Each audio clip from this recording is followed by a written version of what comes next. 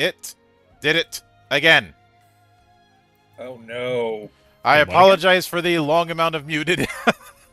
Oh, goddamn! I was like, hey, I'll have Mildred's stream open on my second monitor to make sure that there's audio. But I forgot I muted my browser last night. Whoops. We all have our moments. Mm-hmm. But regardless, this is Reflections of Gaia, a unofficial anime podcast. My name is Mildra. With me, of course, are my good brothers Hydra, Sig, and A. So, Hello. Hello. Hello. for this one and for the next few episodes, we're going to be delving whole hog into the setting of Gaia. Those of you who have seen the deep dives that have been done for the Sword World podcast, this will be familiar territory. It is going to be doing a lot of exploring of the various regions, cultures, and whatnot, as best as we're able to, because some parts we still don't have proper material for in English. I'm hoping that changes in the future. And I know one might go, why are you covering the setting first? Why aren't you covering the TTRPG first? Everything game-wise, when it comes to anima, all reflects on the setting of Gaia. And I felt like it was important to cover that first before we even get into anything mechanics-wise.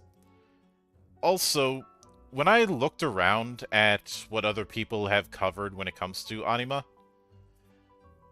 the setting gets lip service at best. And I know some will say, I run my own setting.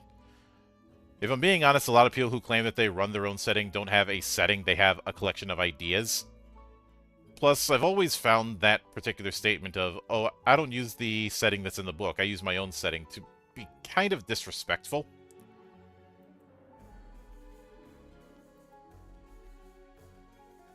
Especially when you're dealing with games where it is not trying to do a genericized version of a genre. Like, there's a lot going on in anima, not like faction-wise, nation-wise. So just going and sweeping it all under the rug, it's a little disrespectful. I do see some critique where some things are like, oh, this is just legitimately crazy, like the Empire, I think it was. Which, on one hand, I can see that, but on the other hand, as I mentioned 2 weeks ago, it's a case of glass houses.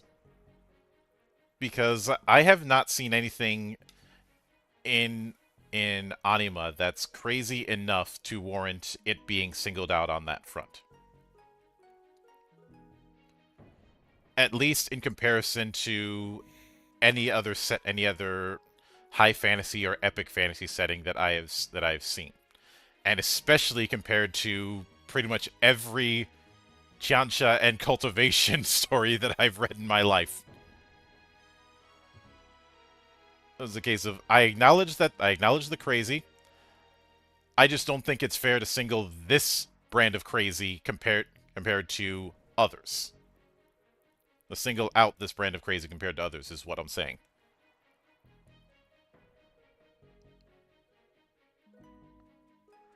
Does that make sense? Fair.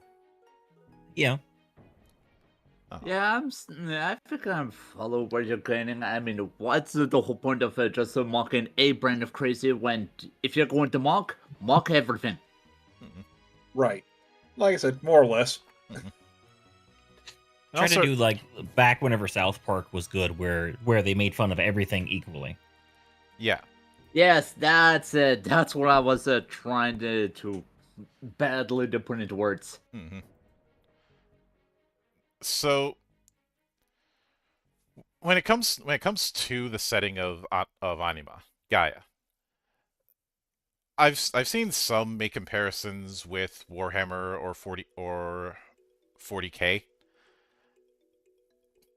If I'm being honest, the only Warhammer setting that really feels like it would be a close enough comparison would be Age of Sigmar, and even that is kind of a stretch. Because Age of Sigmar. I never heard of this setting before. I know, but I look at the old world in fantasy, and I'm like, this isn't anything comparable. And I look at 40K, and it's equally not comparable because because what it's doing isn't the same thing. With Anima, we have elements of dark fantasy, political intrigue, the friction between the natural and the supernatural world. What happens when the things that were fairy tales and things that go bump in the night are not only very real, but also worse things are on the horizon. And the implementation of certain more cosmic elements.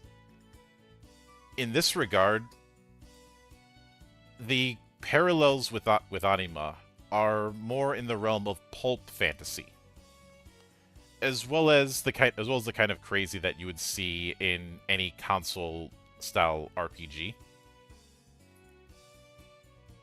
And the fact that it does lean into science fiction in some forms we'll get into much later in this series,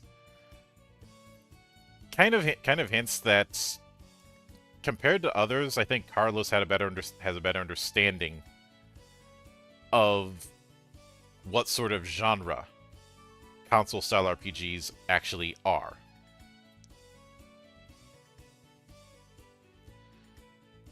There's a lot of one-of-a-kind spin that has a better understanding of such than pretty much all the AAA developers nowadays.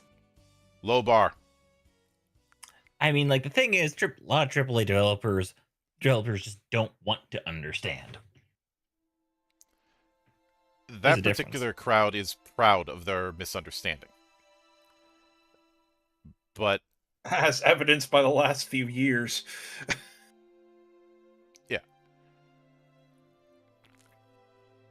But regardless, before we went live, Game of Thrones was brought up. I distinctly remember in the old Edge Entertainment forums, because yeah, I was there. One of the moderators had brought up Suikoden, which I could definitely see. Also brought up Trinity Blood, which I can also see. We'll get to that when we get to the church. And there are certainly other touchstones, but 40K is not really one of them because it doesn't really have that same level of interpersonal intrigue. I would say the biggest movers and there are a lot of big movers and shakers among Gaia, but the biggest ones, until we get into the more supernatural aspects, are the different organizations, the different factions. And in my opinion, feel free to fill in the blanks on this, the factions have more in common with the type of faction play you would see in a World of Darkness project. Or something like Legend of the Five Rings. Yeah, where they're not, like, they don't want to take over the world. They just want to take over, be the ones in charge of the nation. I already forgot the name of it. Shit. Abel? Yes. Where it's like we don't want to be, like, they want to be the puppet masters, especially since of this setting. And I may be skipping a little bit here, where the last emperor's daughter is technically in charge. Yeah, we'll get to that. Quite young. Yeah. Mm-hmm. We will certainly get to that, but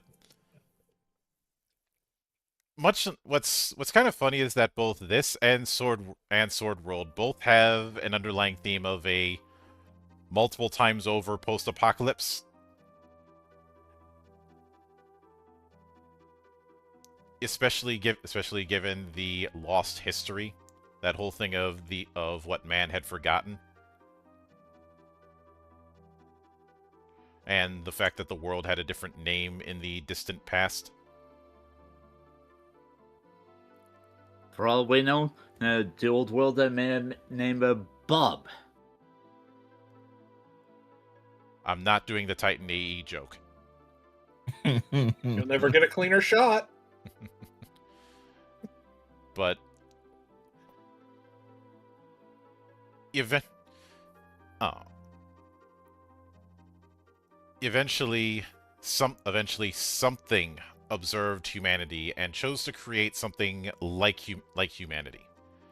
That would be the Duxarist. And then things would get worse, because some of them who created things like the Duxarist would create other things.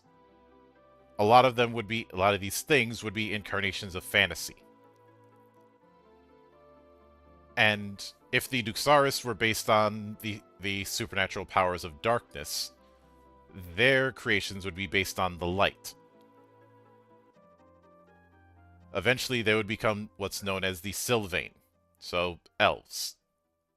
This is how you get your light and dark elves. Though this has less in common with the D&D style elves, and I'd say more in common with the light and dark elves in Norse myth. And you know what? That's definitely a refreshing change. Definitely pays homage to Norse myth. Well, you're going to see nods to a lot of mythologies. Again, this is especially since I believe Final Fantasy was cited as an inspiration, and Final Fantasy loves playing with mythologies. I was afraid of this. Cithra not like the she. Mm-hmm. Oh. And I bring that up because, you know, Norse myth very much had the light and dark elves, but also you have the different Fey courts in more Western European ends.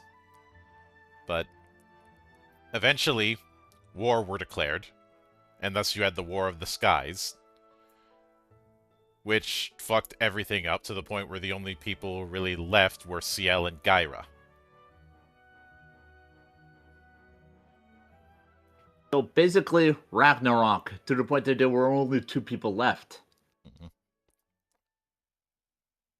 And the survivors, which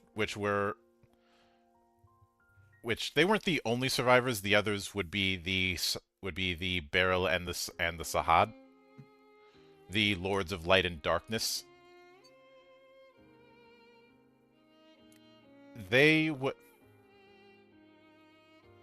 end up being the factors that would lead to the new world, which would be called Gaia.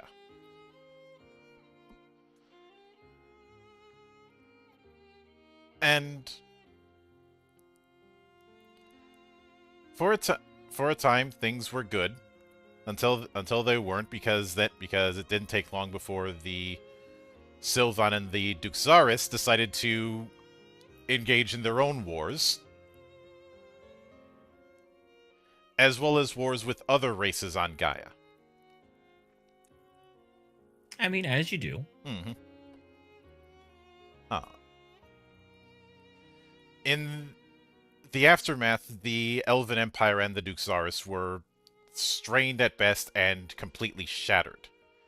Some would try to reopen borders, some would try and recover, but and some of the people in that era would be extremely powerful. But it wasn't long before everybody was fighting everybody. And it was in this particular frame known as the Chaos Era where a Messiah appears. Christ. Yes, Which, this is one of those things that some people were aghast about, but I'm like, is that it, or why? Because reasons. Mhm. That's why. Like, how dare the pearl clutching is like, how dare you bring in something that is like something that is commonly used in real life, but rarely used in a fantasy setting. For me, it's a case of we're dipping our toes into every mythology under the sun. Why not? Why not take some nods from Christianity? Exactly. You gotta poke fun of everyone. Mm-hmm. But obviously he brings his own dogma, represent bringing the word of a unknown god, one who did not have a place for magic and the supernatural or the people who utilized it, but was ultimately betrayed at the gates of Solomon by one of his apostles. And yes, that apostle's name is Iscariot, because of course. What I would have never saw this coming. Mm-hmm. Oh. It's not as if we have a book that details such betrayal either. Mm-hmm. But after his death, the remaining apostles had built a city along his tomb. That city would become Archangel, and that city would be the foundation of the biggest nation within Gaia's old continent, the sacred holy empire of Abel.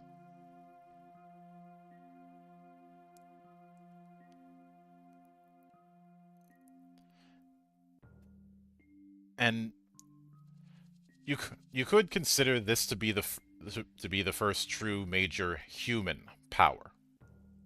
There were human kingdoms that came and went in past eras, but Abel was the first majorly human power that also cut itself off from the supernatural world. And this is where you start to get the propaganda of these supernatural races being seen as impure, as in monsters, as demons, whatnot. But each of the 11 remaining apostles would create the foundation of the other holy kingdoms within Abel.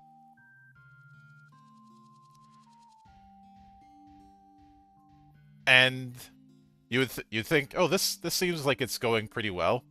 Well, time for it to turn to shit again. Because then Ra happened.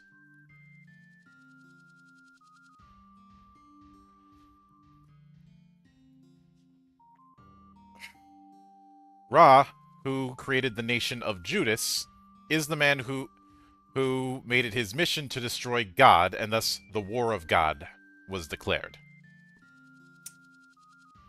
Old move, Cotton. We'll see how this plays out. Mm-hmm. Indeed. Pretty much a lot of the supernatural races were on the side of the nation of Judas. The Duxarist, various barbarians, various pagans, wizards, supernatural monsters, all under one banner. And as far as why the Duxarist would even entertain this, the promise was that if they worked under Judas, then the Duxarist would lose their weakness to metal, something that they had wanted for the longest time. But his goal was to destroy the concept of God so that man could turn into gods. And in the year 223, that's when the War of God became a thing. And Yes, once again we have a apocalyptic war scarring the land. Which it seemed like the it's now granted that it's not like every supernatural race was under Judas's control. The Sylvain decided to fight back independently, but they were completely outgunned. And then Giovanni shows up, a uncrowned The heir actor? to an uncrowned Nice. heir to one of the kingdoms who changed the tide.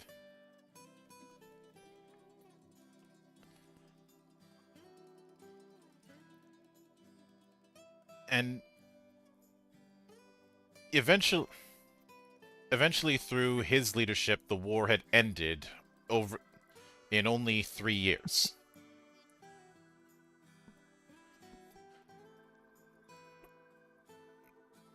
Although Ra was planning on doing a world destroying thing, basically, if I can't have the world, then no one else can. A classic. I like his style. Which was a weapon that was such a potential disaster that Ciel and Gaia, who had been observing, decided to stop his weapon before it could destroy all of creation. I mean, it's nice and all that to have a war, but if your whole world is gonna go boom as a result of it, I can't blame him for having cold feet. Mm-hmm. It's on par as like two alien civilizations just watching a world war, and then as soon as it gets to a point where it's like, oh, looks like those people are losing, and they're finally pulling out the gun to shoot the planet in the head. Time for us to hop down and do something about it. Mm-hmm. However, even though they stopped the weapon from fully destroying the world, there was still a lot of destruction. Ra completely disappeared, and nobody really knows where he went. That was the last time that Ciel and Gaia would openly intervene. And while the war had been over, there was no true victor. And over 100 million people had died during the whole thing. Every civilization was on the verge of extinction.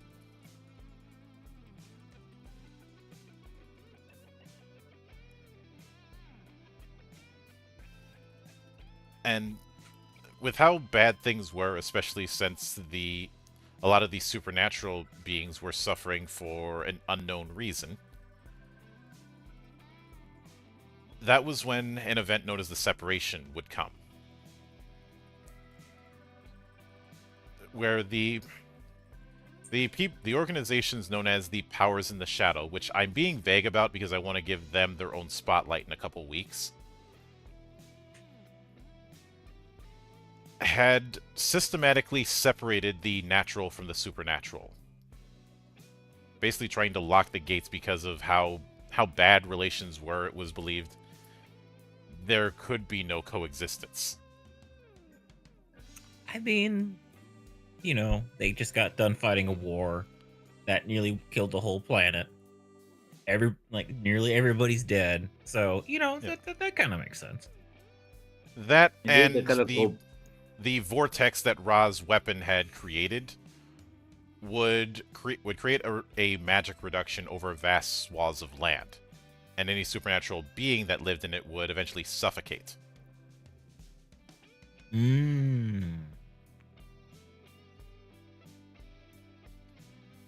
Thus, using the blood of both the Shahad and the Beryl, a barrier was created between the natural and supernatural.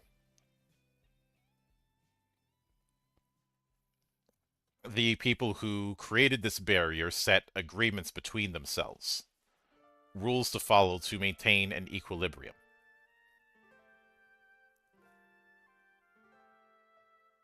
each of them would only deal with their own race and keep out of each other's enclave, while also keeping the existence of other worlds a closely guarded secret. In the present day of Gaia, that barrier is weakening.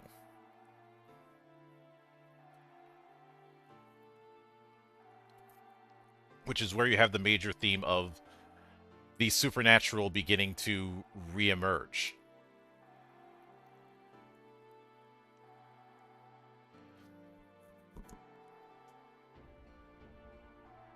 But as far as Zorn Giovanni, who at the time of the War of God, he was only 17,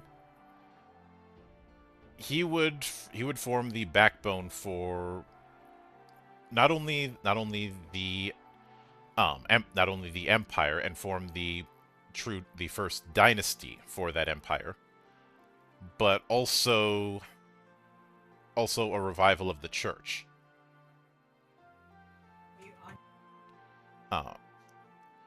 Declaring himself both emperor and supreme pontiff.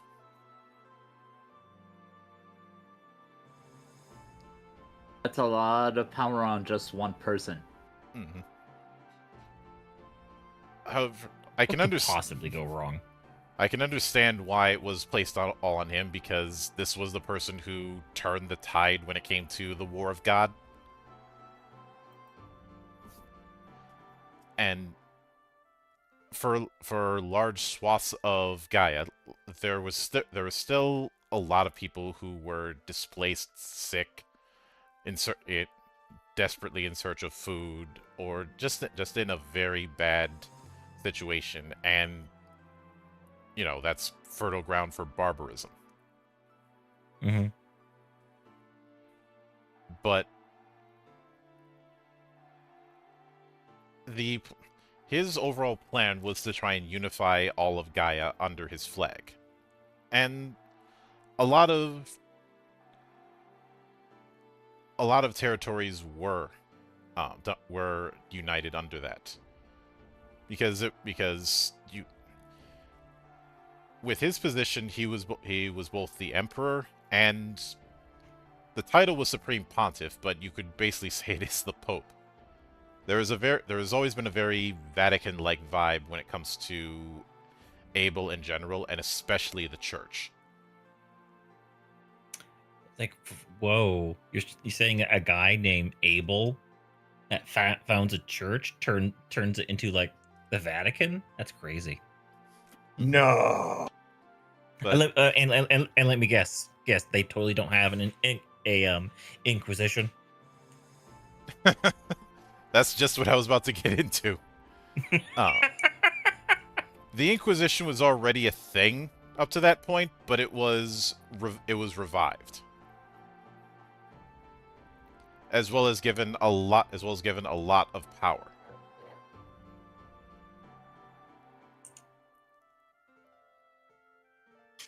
And in addition to that, some of his closest advisors and the like would be the foundation of a branch of knights that answered neither to the Lords of War or the Church. The Lords of War essentially being the highest position within the imperial side of things. This order would settle in Ra's ancient fortress and become known as the Knights of Tol Rauco.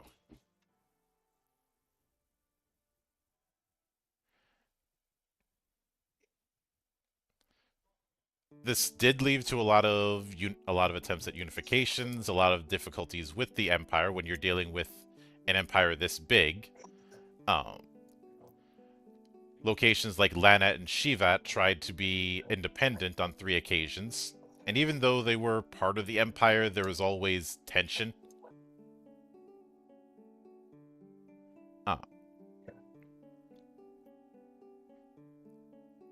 And there's a lot that I'm skimming. There's a lot to Gaia. Yes. And If we try to eventu- go over all the details, we'd be here for days. yeah. Eventually, a lot of the supernatural would just become fairy stories as the barrier maintained its strength.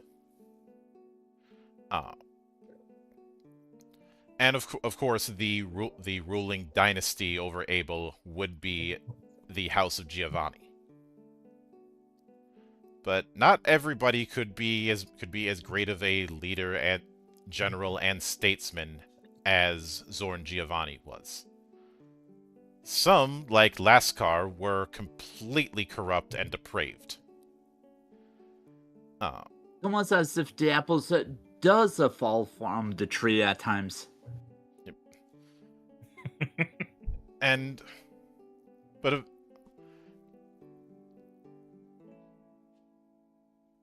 it got bad enough that Lascar's political cousin, Elias Barbados, decided, that's all I can stand because I can't stand no more, and launched a coup. It was a very swift one that did not have much in the way of bloodshed, and thank you for the follow, Orpheus. Hope you enjoy the madness with us. But when it really got to its worst, both the church and the Knights of Tolrauco turned their backs on the Emperor. The plan that Elias had was to force his cousin to abdicate the throne in favor of his son, Lucanor. But as one giant fuck you, Lascar forced Lucanor to kill him with the Imperial Sword. Which, of course, would condemn Lucanor and basically make it politically unfeasible for him to become the heir. The guy did us all a favor, and he still still has to pay for it.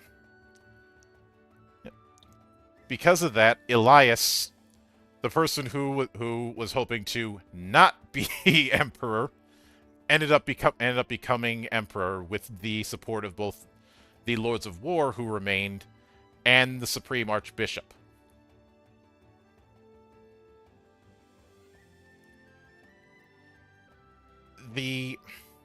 Now, under normal circumstances, Lucanor should have been executed for basically regicide. But because he was forced into it, Elias said, no, we're just going to send him off. And he would end up getting the title of Prince of Lucretio, which is a very important territory in Abel. And Elias was a skilled ruler and a skilled general, and was able to maintain stability within the empire. Although a lot of its principalities decided, well, if the Giovanni line is gone, then we don't have to be with this. We're going to try and be independent. However, in his personal life, he wasn't so lucky.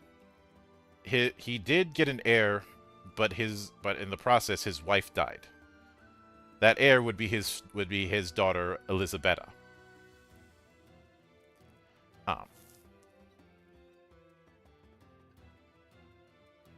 And racked with grief, he ended up putting her in charge of the Heaven Order, which was his personal guard, and avoided her. Soon after that, Augustus, the Supreme Archbishop, passed away without a successor. And none of the applicants seemed to be qualified. Until Elias met a young abbess named Elhajred, at barely 26 years of age, who had already reached the highest rank a woman could achieve in the church.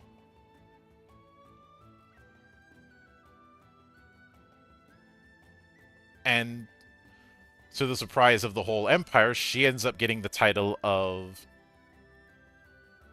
Supreme Archbishop. Which, of course, pissed off a lot of people in the church. causing Yeah, I was about to say. It's like, wait, some random nobody buddy ended up becoming the most important person in our religion? We're not gonna just sit by and let that happen. Yep. And to have a setting to there were a little drama here and there. Yep. Which, of course, would lead to yet another civil war when the Lord of Remo, Maximilian Hesse, publicly accused Ilhadrid of enthralling the Emperor through witchcraft. A week later, the Empire's troops descend upon Remo and the ass-kicking was so bad that all the other principalities felt shaken. Some of the lords of those principalities would declare themselves independent from the Empire, and El-Jared would declare war on every rebelling kingdom. Like I said, a little bit of drama. Mm-hmm.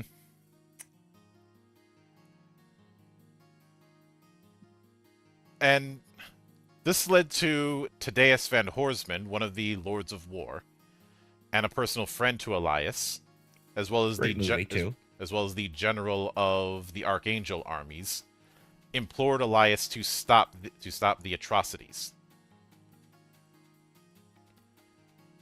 That fell on deaf ears, and in a case of history often rhymes, he hoped to detain his lord in much the same way Elias had done with Lascar. That didn't go as planned.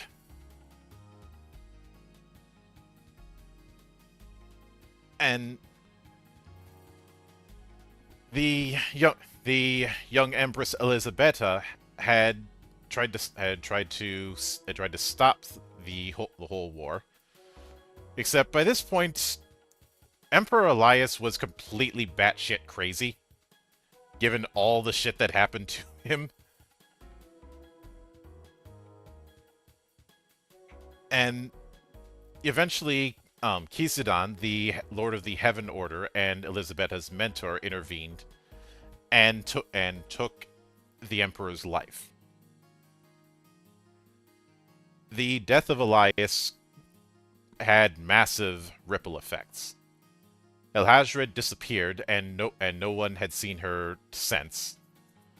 The Heaven Order placed themselves under the command of Elisabetta and declared her the legitimate heir to the throne.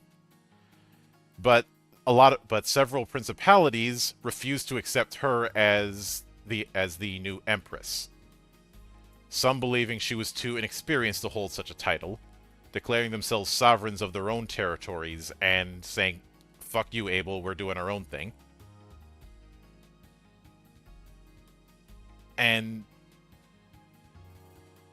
at the same time, the church names a new archbishop who they believe wields absolute authority, not the emperor. And to make all of this worse, then magic starts showing up when we get to the present year of 989. Leading to Because, of course, you can't have the shit sandwich without the many varieties of shit. Mm-hmm. You have a three-way fight between the Empress and her supporters, the Lords of War, and the Church. You also have the emergence of Nephilim, the souls of supernatural beings who have incarnated in children. And a lot of these supernatural beings that were thought lost during the War of God are starting to come back too. But wait, there's more. There always is. Now, given everything I described when it comes to the Empire, when it comes to the cyclical nature of Gaia's history, just in that little snippet, I think you can see why I reject the idea that that it would be anything like 40K. Yeah, I don't see it. No, yeah, I definitely agree with you there. What we have here is far more akin to what Game of Thrones would be if it weren't for the fact that George R. R. Martin will be long since shuffled off this mortal coil before that story finishes. I mean, of course, because he wrote himself into a corner. Which I should feel bad for, but given all the shit he talked about, he about Tolkien and how he considered his work so much better than that, I have no sympathy. I mean, I could sit here for hours, just saying that like Martin is just it's just a hack. But this is not that kind of podcast. Yeah, but through this aspect of Gaia, you have a lot of political intrigue, and of course that's not even getting into the supernatural side of things. Mm-hmm. So a Game of Thrones analogy is certainly close to the mark, but I would say, especially considering certain characters, Suikoden is a much better analogy. Because you know who Ra kind of reminds me of, even if this might be a bit of a stretch? Luca Blight. Oh wow, that's you may be onto something there, Mildred. You know, everybody talks about how Suikoden. horrible of a person Kefka was. I consider Luca Blight to be worse. Kefka had the excuse of the magic experiments for why he descended into madness. And yeah, Luca went through his own traumatic experience as a young boy.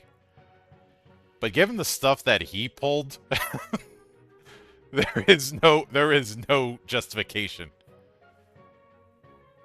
Even laughing that it took everybody uniting against him for him to be finally taken out, as one giant middle finger on his way out.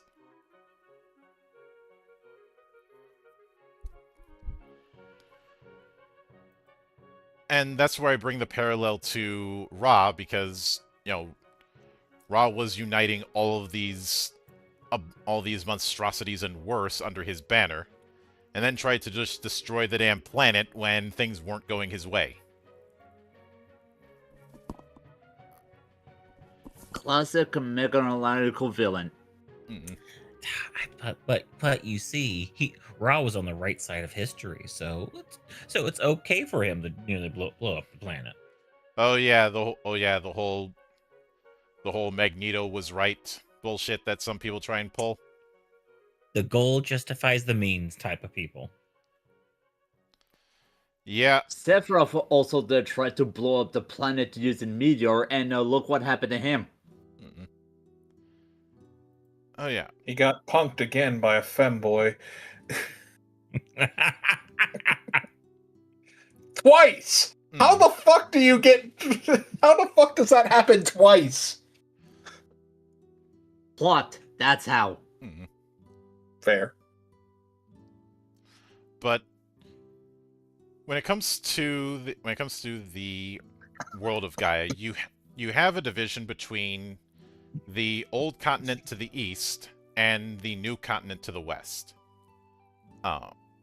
Unfortunately, most of the material that we have focuses just on the old continent. We don't have a lot of info in the new. But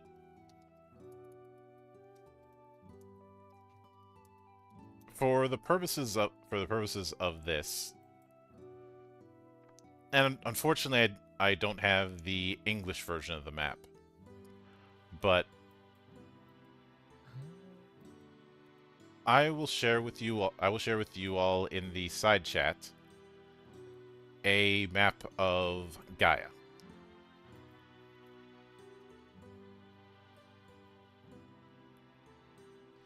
So it is understandable why a lot of the material covers the old continent, because that's the larger landmass.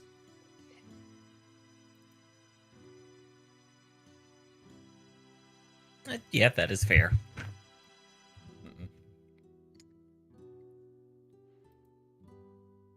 was trying to find the English version of the map, but it's it's in the core rulebook.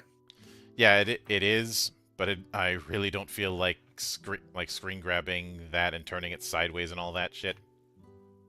Fair. I don't blame you. Like most of the names translate over. Some of like the names of the seas are gonna be hard to come across, but other than that, but the old continent is very analogous to Europe and Upper Asia,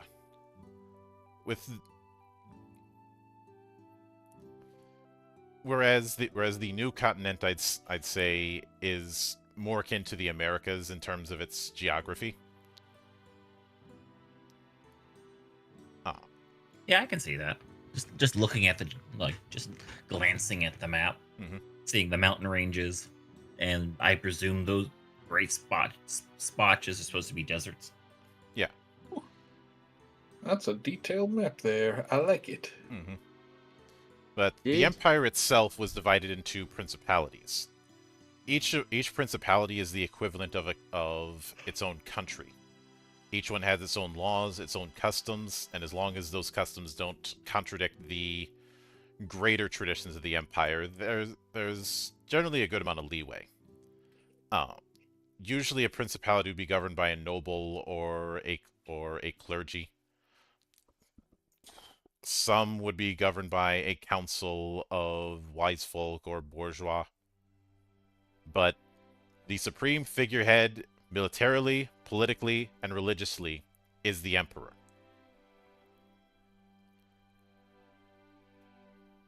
And the official state religion, of course, is still Christianity. Each principality can raise its own army as long as it doesn't exceed certain limits imposed by the empire.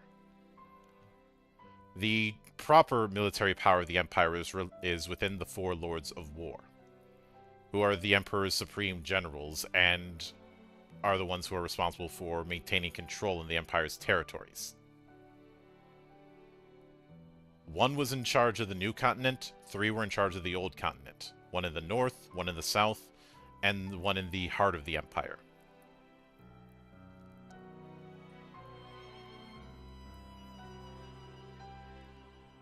When it comes to the Lords of War, they would be the ones who'd be handling conflicts as high arbiters.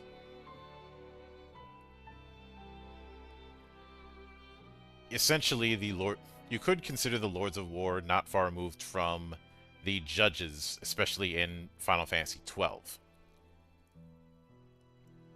The judges were badass. That is the way it normally works, but in the current state of the empire, because of the death of the previous emperor, and the questions of Empress Elisabeta's legitimacy, all of the other Lords of War except for Tadius have removed their support. Although Mikhail Mashenka, the Lord of War for the new continent, is moving towards that. The others have declared themselves heir to the empire and are trying to establish their own kingdoms and their own territories. The church, on the other hand, is neutral.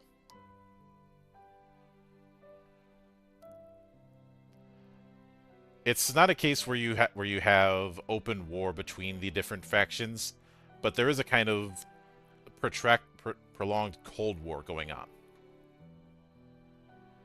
In that regard, I could consider it akin to what the state of Europe was just before Archduke Ferdinand was assassinated.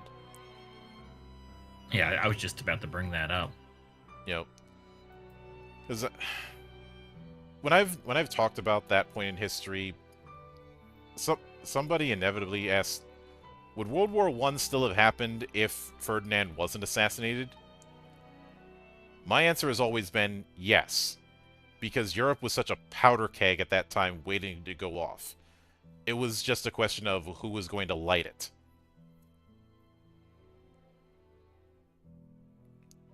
Especially with all the tensions that were going in Austria-Hungary.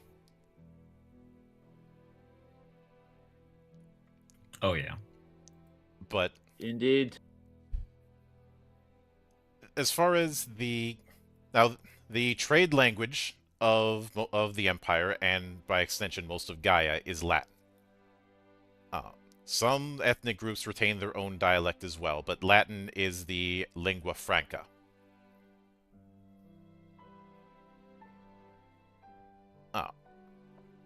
Because no matter what setting, there needs to be some kind of trade language. Mm-hmm. But the Heaven forbid. Hmm? Of course, we need to have common ground. Otherwise, then we'd never be able to understand one another. You'd also never be able to trade and thus make profit.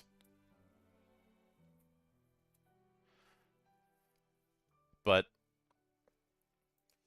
technologically, Gaia is akin to latter Renaissance, but there are imbalances.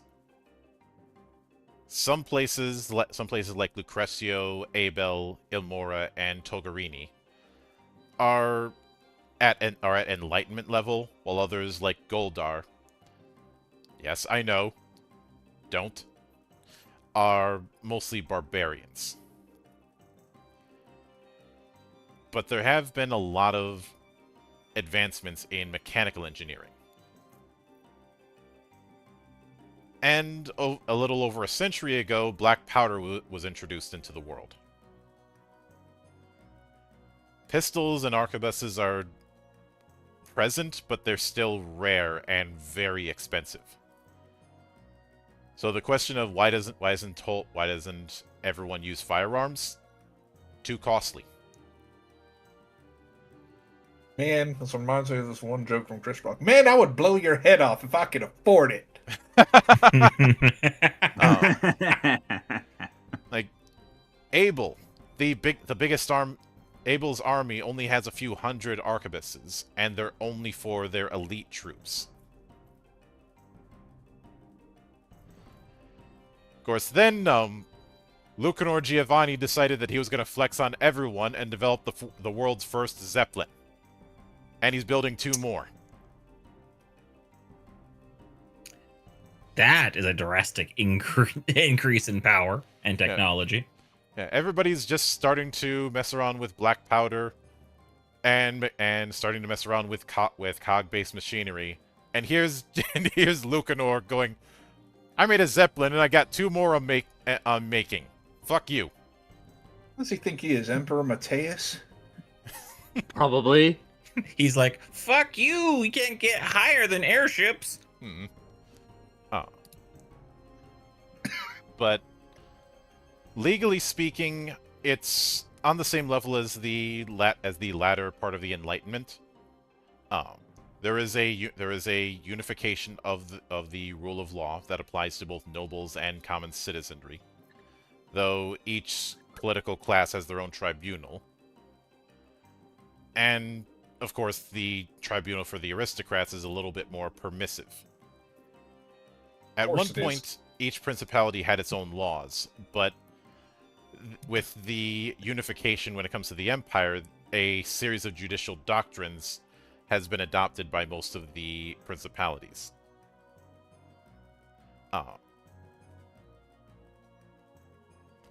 For example, the specificity of applying the death penalty and the complete abolishment of slavery.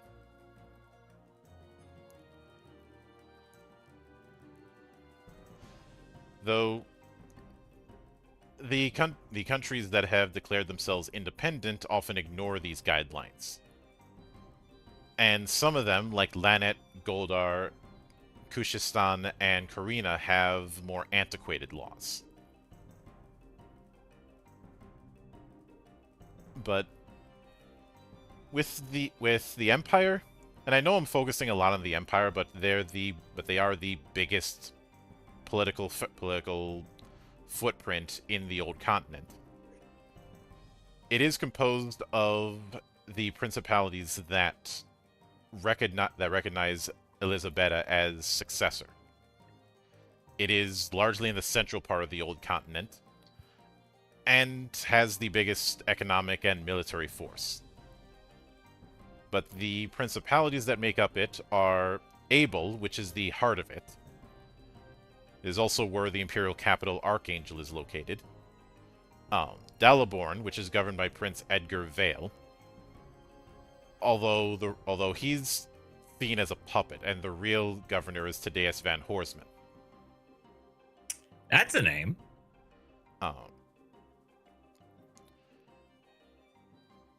And there's Alberia, which is a very mountainous and forested region because of near constant rain. It also means that big cities aren't really a big thing in Alberia. Then there's Ilmora, which is a small principality, but is one of the big cultural centers of the empire. Namely because it is governed by scholars, and is pretty much the academic heart of the empire. Then there's Galgados, which is a very mountainous region, and has one vital pass, Hecate. Galgados lives off its iron mines. It has a very windy climate, and it is currently in a bit of a political struggle in of itself, because after the death of Victor Darland, the viceroy of Galgados, his three heirs are arguing about getting Elizabeth's favor and getting control of the principality. The problem is, two of them, Carlson and Frederick, are twins. Marina, the sister, is firstborn and declares her right to the throne.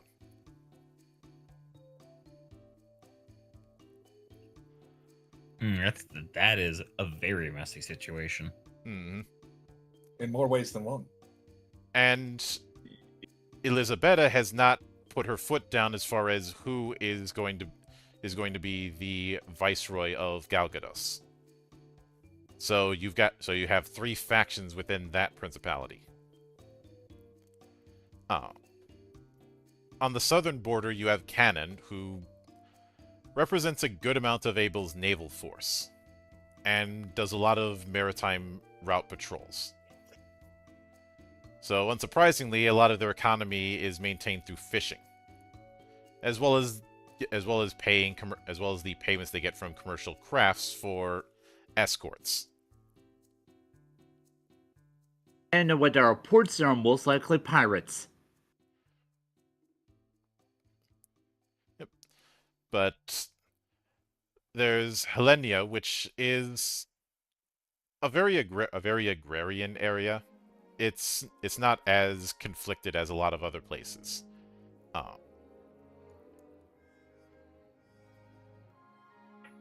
It is mostly farmland. And the only real big city in the whole place is Farna. But the last major one is Arlen, which is one that specializes in maritime transportation. And the 7 most wealthy men and women of the territory control this region, calling themselves the Council. And any commerce within the cities of this principality goes through them. Well, concerned that you're pretty much the best port to head to the western continent. Mm-hmm. Not surprising. Mm-hmm. And it is one of the more loyal principalities, and is also a very powerful economy.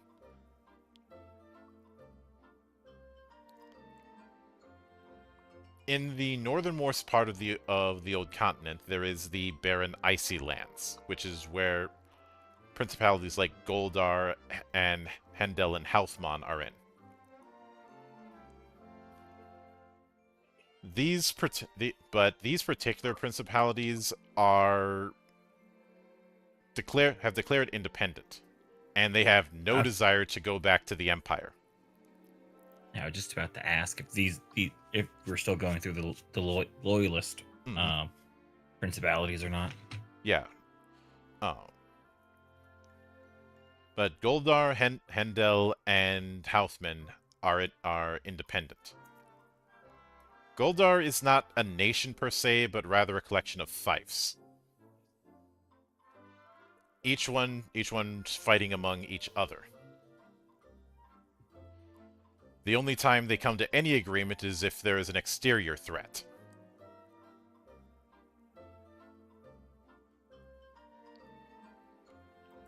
I mean, it was a powerful nation that had a very strong army that became decadent over the course of 200 years.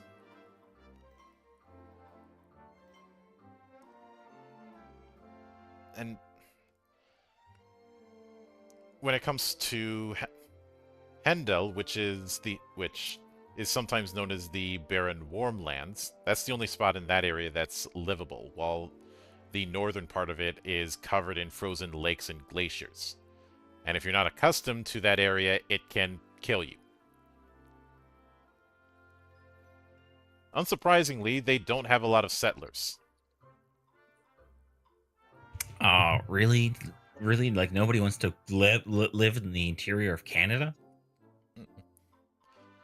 We're not. Well, we're not in Canada with this kind of weather. We're in Finland. Yeah. God, it's even worse. Mm-hmm. Even we don't get temperatures like Finland does. Nope, we certainly do not. At least in Canada, you get a break for a few months. Indeed. AKA construction. Mm-hmm. But of course, then there's Houthman, which is known as the peak of the world because its territory is made entirely of a mountain range. Though said mountain range is what keeps it isolated from everyone else. Despite the amount of territory that Houthman has, they only have 3 cities of note, although they have countless towns across the elevated areas. There are a few islands within the kingdom, though most of them are uninhabited because it's still the icy lands. It's still fucking cold. It is snowing all year. Good luck trying to grow crops up there. It is snowy all year round, and snowy and blowy all year round. Sounds like you'll be right at home there, Monk. And the cultural level isn't much, and the people of Houthman trust more in strength than anything else. The church considers Houthman pagans, and the people of Houthdom don't have any fidelity towards Christianity. Most of them will worship local gods. When you're in a place that's that harsh and survival is more important, it's understandable why you're not going to be concerned about a religion from much further south. Much like how the periphery nations outside of the inner sphere don't really have all that much in the way of strong feelings towards the cradle of humanity. Largely seeing that term as a bunch of gobbledygook. Which is why when the concept of hey join the Star League, we have cookies, their response was no thank you.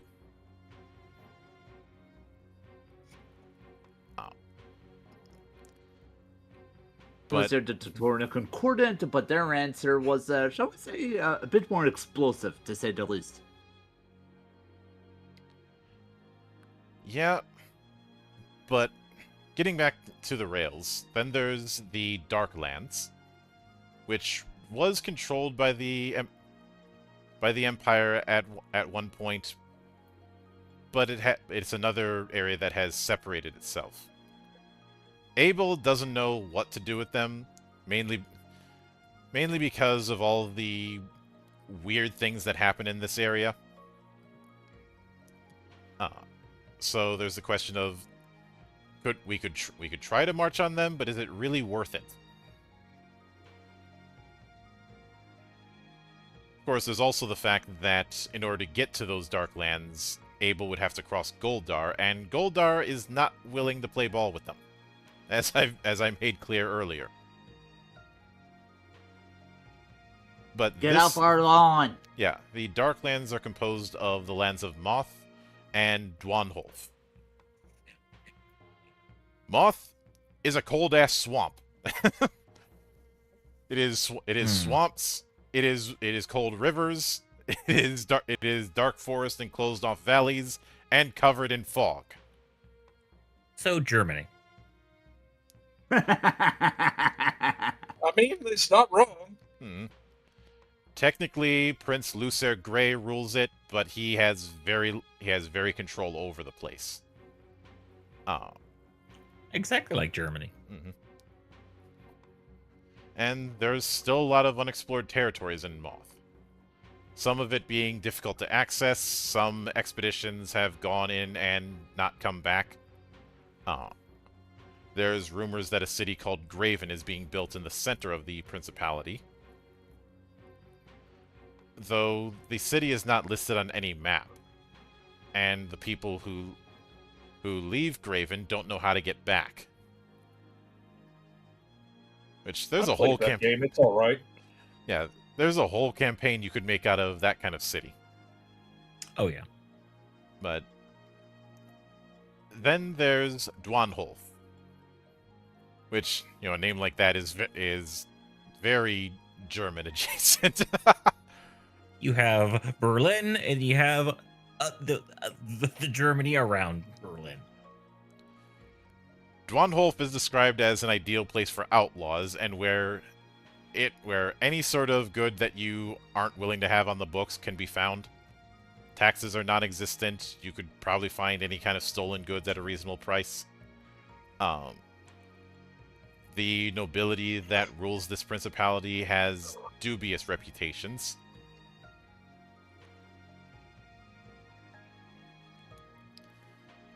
And it's also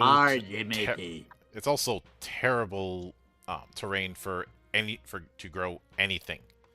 So the big economy is banditry. The cities are next to the sea, the ports are illegal, and filled with pirates. So here's your Tortuga, a very German Tortuga. Hey, you know what? That actually sounds like a fun campaign. Just to see what shenanigans you could get yourselves in and out of. I'd definitely be down. Yeah. Now, the Commerce Coast, which is composed of the principalities of Gabriel and Fion, are another group that's considered themselves independent. But because this particular area is more akin to the Mediterranean, a lot of the interior sea is very Mediterranean adjacent. Welcome to Greece. Yep. Gabriel is filthy fucking rich. Mainly because it has very productive lands, a very beneficial maritime commerce, and a lot of dealings with the countries to the south. So palaces, amphitheaters, high towers, all of that in the cities of Gabriel. Its leadership is Joshua Ferdelis, who has the title of Chancellor. He's surrounded by a council filled of the nobles of the city. And the funny thing is for how filthy rich they are oblivious to the Empire and consider the Empire decadent.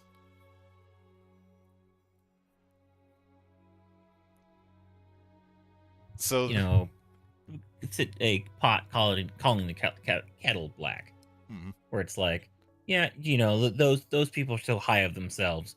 Meanwhile, they're in their own ivory towers. pretty much. And they're probably smoking some white powder as well, with all the money they have. But on the other hand, Fayon is a major exporter to Lanat and Shivat. The main part of the economy is livestock and agriculture, but it is a very commerce-heavy place. It has a very large fishing fleet, which certainly helps, and its cities are mostly controlled by a merchant association. They also really, really, really, really hate Dwanholf. I wonder why. It's not uncommon for merchants from Fayon to contract mercenaries as escorts. They're also not big fans of people from Gabriel, mostly because Gabriel is competition.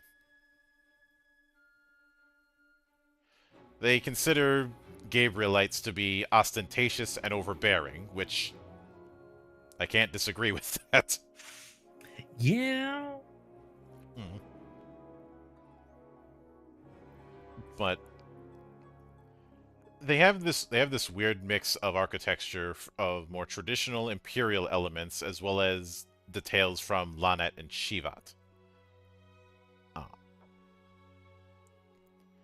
But the biggest opposition block to the Empire, because the other ones that we've seen are certainly independent, but it's more of an independence born of we're trying to do our own thing, we don't care about you. But the biggest openly opposing political power is the Azur Alliance. This is made up of 3 principalities: Togarini, Remo, and Belafonte. Each one of them is independent, but they are united in fuck Abel. I mean, good cause. Yeah. Indeed. But Belafonte is where Matthew Gall had his area of influence.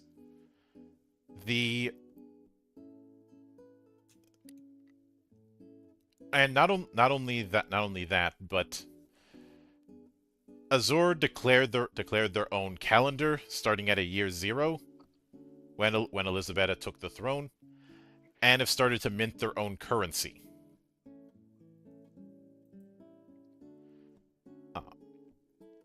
Its lands are analogous to a lot of Atlantic-facing countries. The first of the 3 to break off was Togarini. Its Lord of War, Matthew Gall, refused to accept Elisabetta as Empress.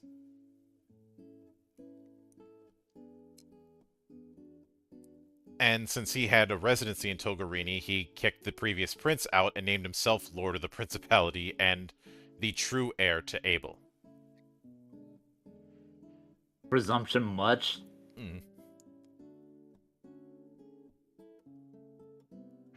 As a result, he's also created one of the stronger military forces, and Togarini is very culturally and militarily advanced, one of the most advanced in Gaia.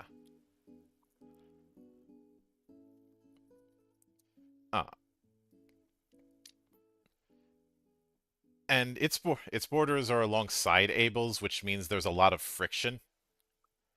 But neither side has declared open warfare. Well, yet. All it takes is one bad day, and that can change. So it's kind of like the India-China border, where it's like they're not at war, but every once in a while both sides get a bunch of sticks and start eating the ever-loving shit. Yeah. And like mentioned before, we're just waiting for someone to light the fuse. Yeah. But on the other hand, you have Belafonte, which has a very prosperous economy, but also because the penalties for minor crimes are arguably a bit soft, there's been issues of bandits and outlaws. On the other hand, religious crimes have exceptionally cruel punishments, often leaving the execution of those punishments to the Inquisition. Gotta keep those inquisitors busy somehow. Mm-hmm. And nobody expects them. Yep. Belafonte believes that Abel has forgotten its Christian roots. On the other hand, Belafonte's leaders don't want to see Gaul as the emperor either. While Remo, the third of the alliance, is corrupt to the point where a formerly rich principality has fallen into poverty. It also suffered the worst of El Hajra's wrath before she disappeared. They had a lot of maritime commerce with the new continent, but at this point that's all but non-existent. Why do I get picturing King Louis today, right now? Or maybe not. Yep. However, Remo does have a powerful army, and its new governor signed an agreement to support Gaul in return for economic aid, with the hope of rebuilding the principality. Although based on the situation they're in, one could argue that Remo is one step away from being a satellite state of Togorini. If it isn't already. Yeah, so even though the Azure Alliance does not get on with the Empire, they're not exactly unified either. So basically, Togorini can just turn his troops south and just annex the whole place.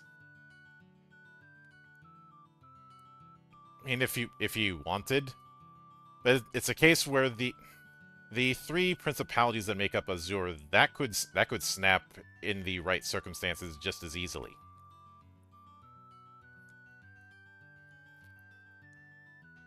But in addition to that, like I said, the church in all of this is declaring neutrality, and they do have their own territory. The Episcopal states. Episcopal. Episcopal. I'm pretty sure. English is my first language. I think. And it clearly shows. Yeah.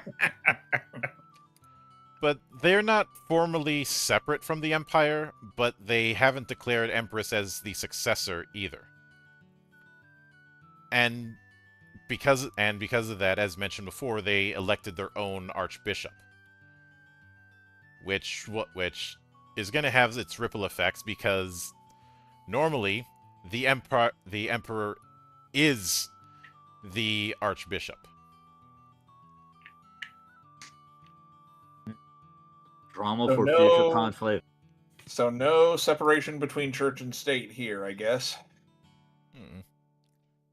The state is the church. And the church is the state. So Mhm. you better go to Sunday school or else.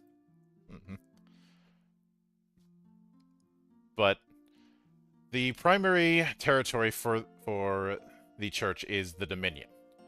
This was a territory granted by the emperor to the supreme archbishop.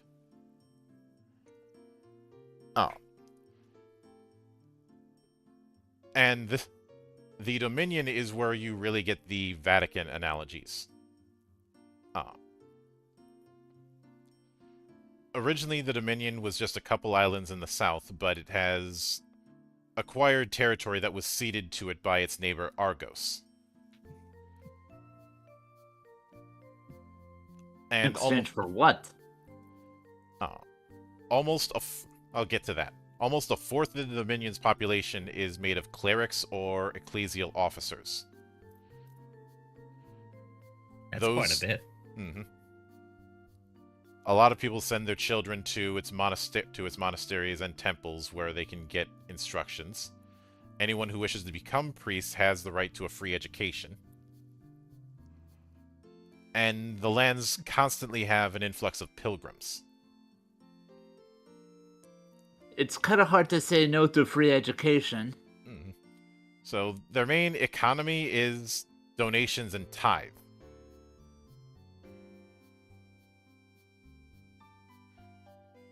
Also, hello there, Mystic. Welcome to the party. But Argos is an independent territory that gets subsidies on the behalf of the church. It is, practically speaking, the military arm of the Dominion. And mostly they're just waiting for an excuse to start shit with Kushistan.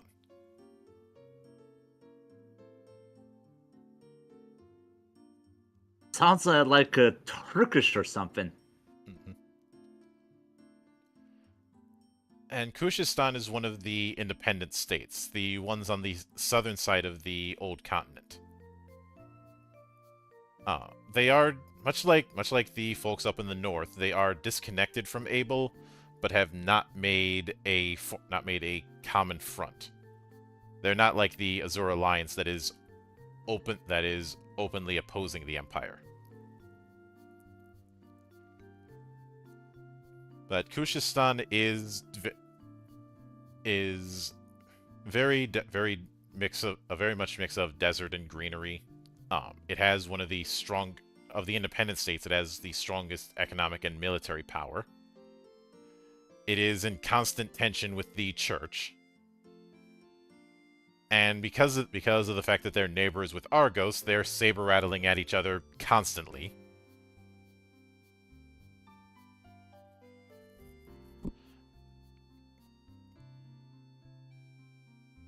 And then there's places like Kashmir, which is a very mountainous region behind the Salazar deserts, so a lot of stony terrain, a lot of very, very hot places. And that though you go past that and you find places that are significantly more habitable. It's mostly a tribal territory. There's hundreds of tribes in this area, each with their own territory. And they're in that camp of people who don't care about the Empire because the Empire is so far off from their day-to-day life. But then there's Nanwei, which is largely unexplored jungles. A lot of people have tried to go in to find ancient treasures and the like. Sometimes expeditions are there to hunt exotic animals as well. There's also a few diamond mines, but Nanwei is considered largely unknown. But the real desert is Salzar. It is one big-ass desert, mostly inhabited by 12 nomadic clans.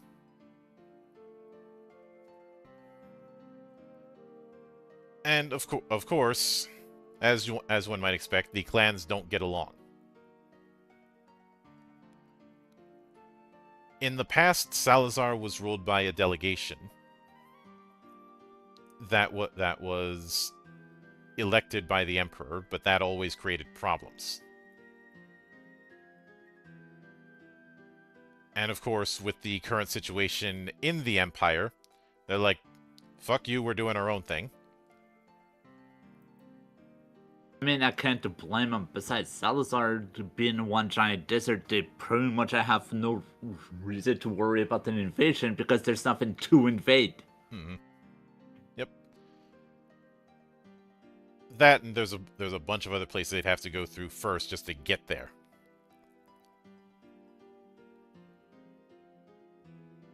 But then there's Stygia, which is a very rich place with a lot of precious metals. And silver and gold adornments are pretty common there. And of course... Which means they're probably going to wind up with plenty of deformed bones and legs today if they're wearing all that metal all the time. Well, you have some parts that are city states, and the rest is mostly desert.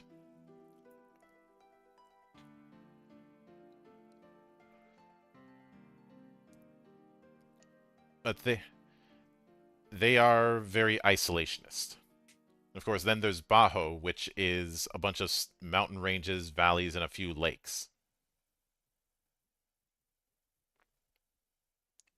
Which has a very volatile climate.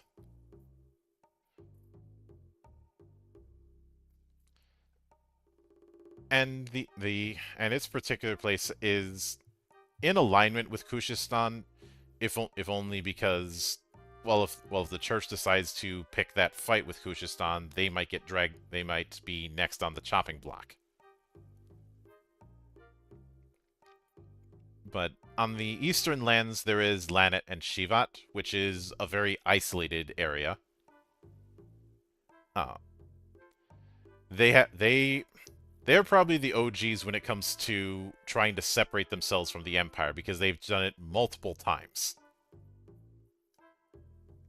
And they are on a island continent similar, I presume, to Australia. Varja is, I'd say it's similar in size, and it is still an island continent. But I'd say they are fairly isolated, almost on the level of Azur.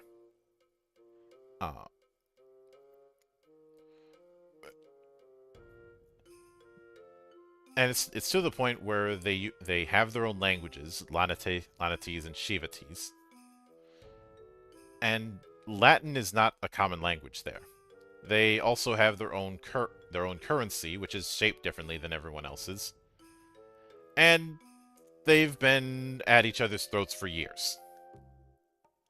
The only reason they don't go openly at each other's throats is because neither of them wants to be a target for imperial expansion.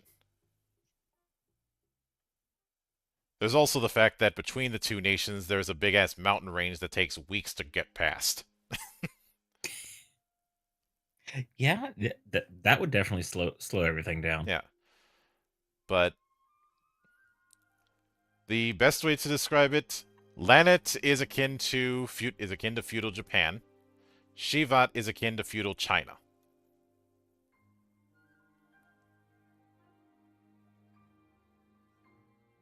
Yeah, that tracks. Mm-mm. And just looking at the name of their towns, it pretty much just says they're pretty much legally distinct in Asia. Yeah. Of course, then there's places like Lucrecio, which is Lucanor Giovanni's territory. It is a very warm area with a lot of rivers, green fields, and a few small mountains.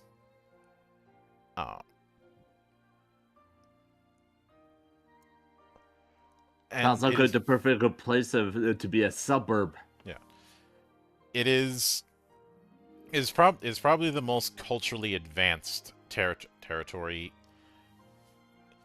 especially since its cities have libraries and public schools that anyone can attend free of charge. It also has the Grand University. And while it doesn't have a very powerful army, it's stated Lucrecio has the greatest spy ring in the world. But Lucanor himself has not declared himself independent from Abel, but he hasn't sworn loyalty to the Empress. So much like the man himself, he's a complete enigma. It definitely would make a Delphi Legion proud with that kind of... Is he or is he not loyal? Mm-hmm. And of course, there's places like the Interior Sea on the old continent. On the new continent, you have you have a lot of places that are independent or just don't care about the Empire. Uh, Stuff you have places like Mentera, which is the closest territory that to Abel, and it does have a lot of Imperial influence. But compared to some of the others, not so much. Uh, Corina, just because of the nomadic culture with there, they just don't care about the Empire. Uh,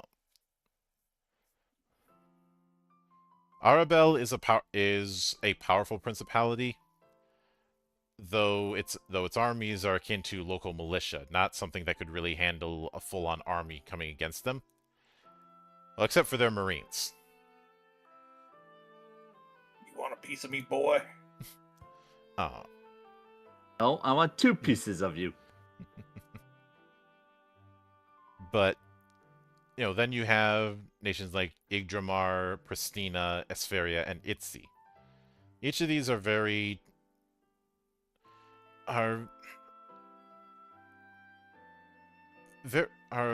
varied,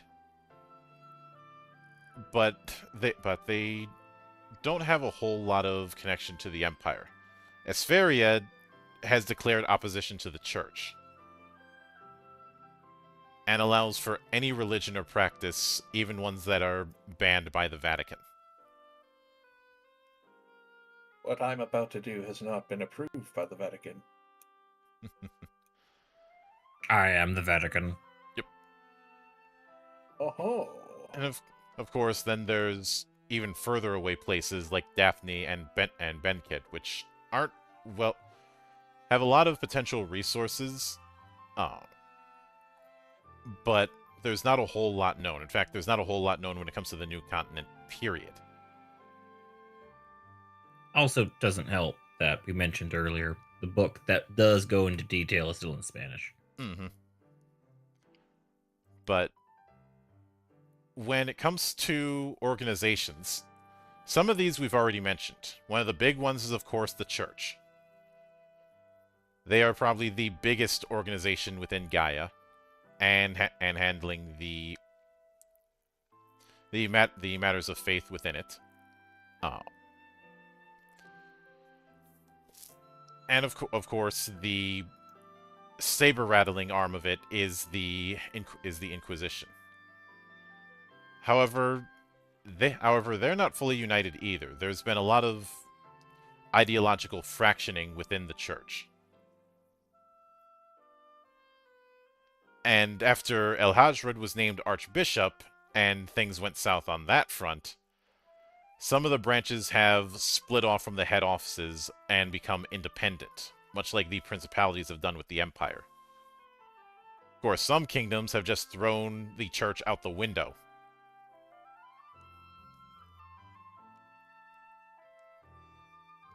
But then, when it comes to the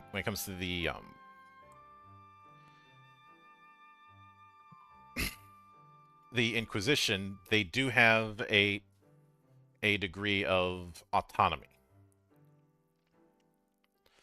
But across all of Gaia, it's believed that there are 1,000 active Inquisitors.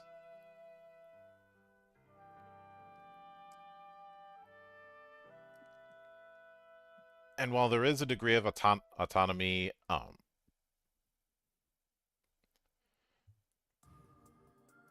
they do still subject people to tribunals, though no one's ever been declared innocent. Guilty or innocent? Guilty or extra guilty? Mm-hmm. Yeah. Seriously, no one got that Transformers movie reference. I got it. Yeah, yeah. The good old quintessence. Mm-hmm. But I'd say one of the biggest splinters would be Tolrauco. I already mentioned the Knights of Tolrauco and how they were formed. But over the years, they've been getting more and more power and disassociating themselves from most political ties, save that of the Empire, of the Emperor. Its current head marshal is Malachias Graft, who has sworn loyalty to the Empress. On the other hand, he has close relations with the Azure Alliance and many of the independent principalities.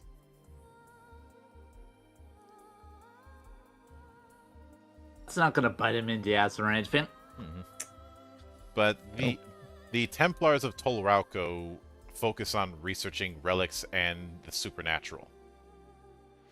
I remember when I was in the old forums, and Tolrauco was described akin to the position that AX is in within the church in Trinity Blood, where investigation is their big deal, but they're also not above using and working alongside the supernatural. Instead of just wiping it out, they're more about research and figuring out if it's even necessary. I mean, it's necessary when you are the flame-carrying burn-em-all type, but there are also other types of pretty much is this useful or not? I guess you could also see it as akin to the difference in philosophy between the Helsing organization and Vatican Section 13. Yeah. Indeed.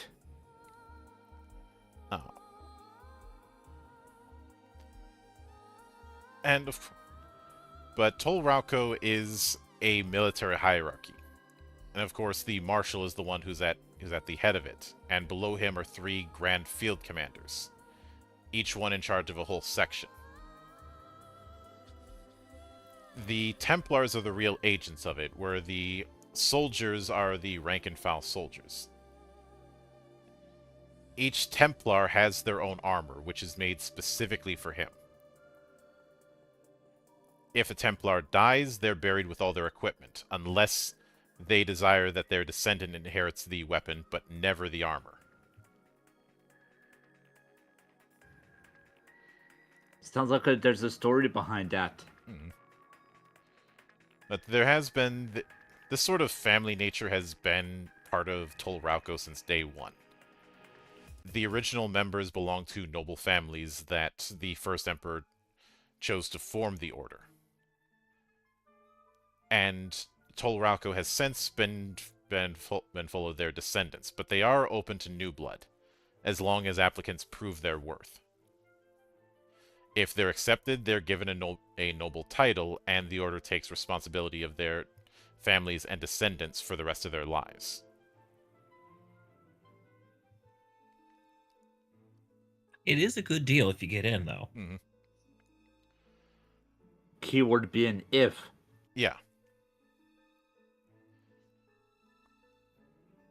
Now, it's a big reason why the Knights of Tolrauco are able to have such autonomy, I'd say, is largely due to the amount of artifice power that they have, as well as the fact that they have Ra's old fortress as their base. And they've been at this for about 700 years. So they pretty much just stockpiled quite a fair bit of toys. Like, are the toys that were left there, the toys that they found, or even the toys they made? Yep.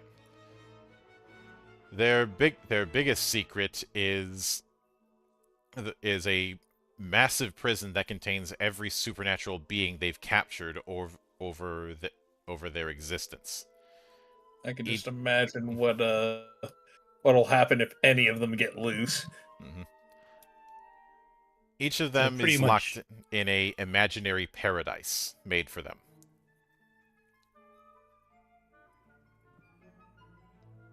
I am suddenly just a reminder of a Frieza's hell in the Dragon Ball Super. That wasn't paradise, that was hell for him. But the point is, Tolrauco's their fortress is probably the most secure place on the planet. Well, when you're ground zero to pretty much what may be a giant magical fuck you nuke, you don't want to take any chances. Mm-hmm.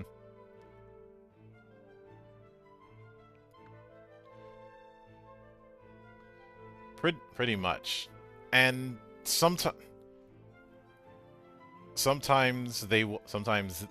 the Templars will seal off ruins with chains made of black steel, and if they can't, they will set up a citadel nearby a ruin to keep watch under it. These citadels are basically city fortresses. There's at least 20 spread out all over Gaia. On the other hand, the Heaven Order, as mentioned before, is the private army of the Empress. Her personal branch of guards and agents that deal with executing her will across the Empire.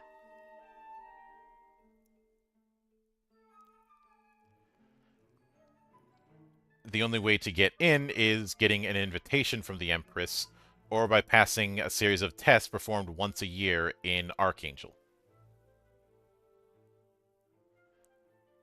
So because of that, it's a situation where, as long as you pass the tests, anybody can get in.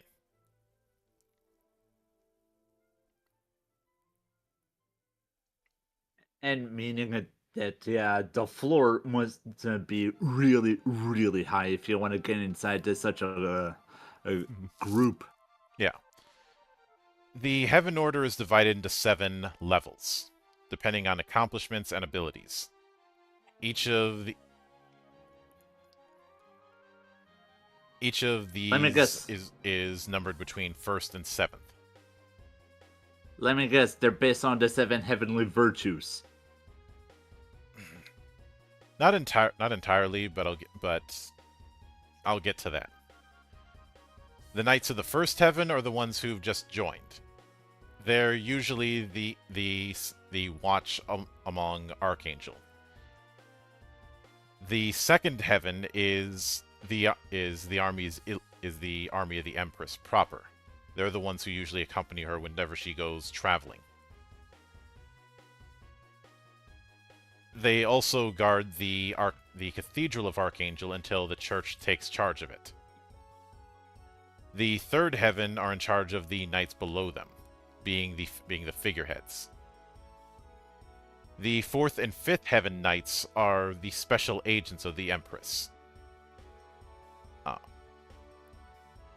They haven't gone through the previous grades, but they've been assigned directly to that position. The 6th and 7th are the highest personal guards in charge of the security of the Empress, her person, and her castle. There are only 4 Knights of the 7th Heaven currently. Each of them are personal Praetorians to the Empress.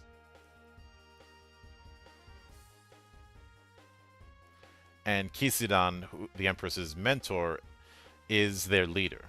The other Knights of the 7th Heaven are Griever, Lilith, and Tiamat.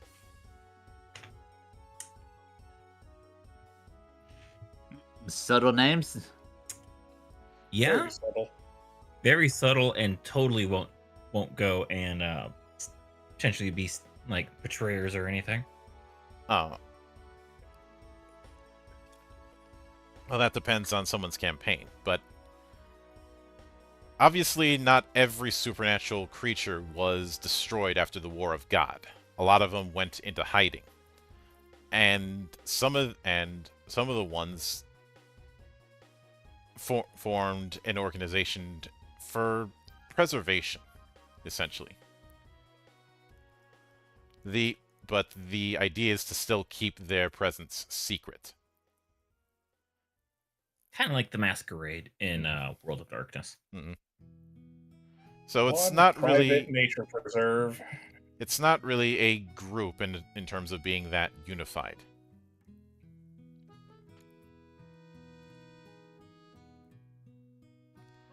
But in any city where Samael has presence, there is a leader known as an Archon, who's in charge of organizing security, as well as making sure no problems arise among the components. Sometimes they will convene councils to deal with matters, but this doesn't happen all that often. Especially since, like I said, Samael isn't strictly organized. It's a collection of cells that have loyalty to an Archon, but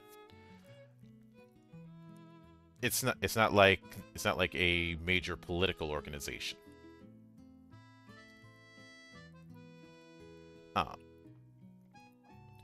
Though they do have more influence in places where the church has less influence.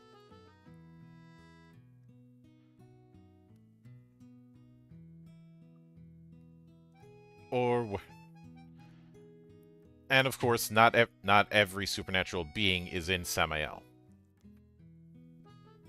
The more powerful entities don't need it, and some just prefer hiding themselves.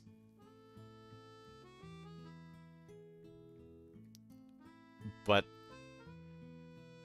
there are a few powerful individuals who did join after the fact. Those were known as the Fallen Angels. And the Fallen Angels have engaged in clandestine wars against the Church. And especially with the Empire in such a weakened state, they've been able to do that, even having their agents in ecclesial positions.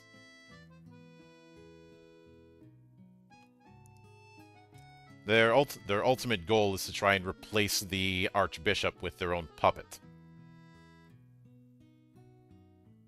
I mean, with the entire Empire today as weak as it is, it's pretty much the best opportunity to install agents. Mm-hmm. Mm-hmm. Yep. Although even with that, they've gone through their own division, because, well, when you're trying to unite a bunch of supernatural races all at once, disagreements are going to happen.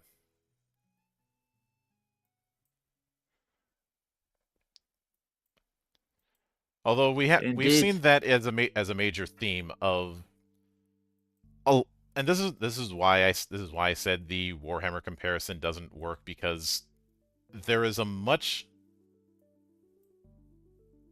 bigger emphasis on political friction within the different factions and nations than some sort of overarching army to go with. In fact, it's very clear that full-on army versus army conflict hasn't become a thing yet.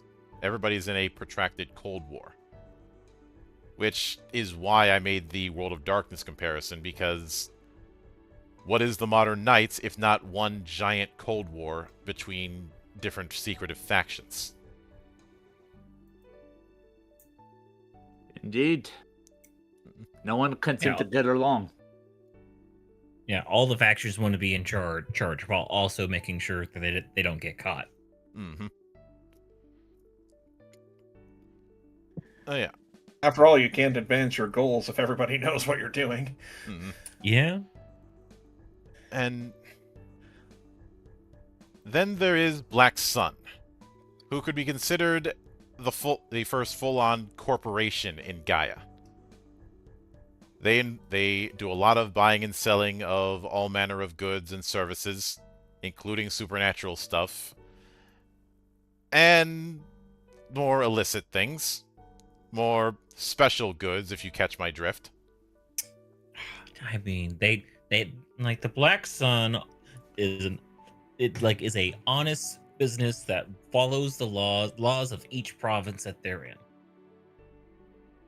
Mm-hmm. You know, with one province they could have more exotic goods because the laws are there are more lax, and it's fine. Mhm. Yep. They also have a particular infamous artifact, simply known as the Book of the Dead, which several bases with the Black Sun have fragments of it, and have used to experiment to create man-made horrors beyond my comprehension.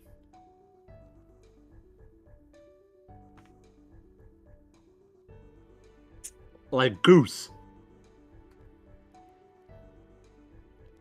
But I mentioned before that Lucanor is a bit of an enigma, but he has his own organization, Weissenschaft. That's a name. Sounds like a sounds like something from Oktoberfest. It just means science. Where are you getting Oktoberfest out of this?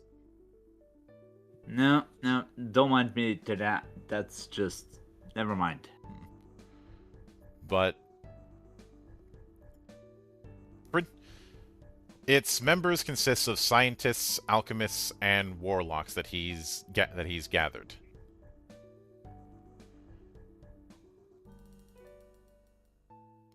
So like a really, really big Thule society?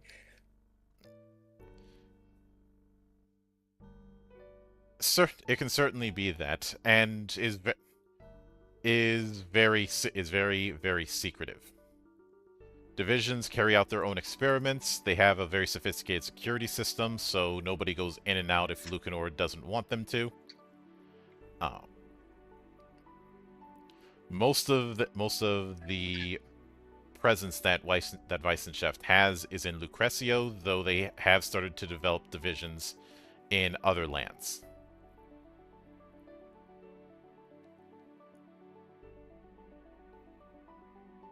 But a lot of the places that they do this in are places that don't have a whole lot of presence of either the Empire or the Alliance. They also have a legion of agents that deal in infiltration, espionage, and assassinations. So there is some truth to him having one of the biggest spy rings in the Empire. Or not in the Empire, in the whole of Gaia. I mean, when you want to sniff out their magical shenanigans, you're going to need a quite elaborate spy ring. Mm-hmm.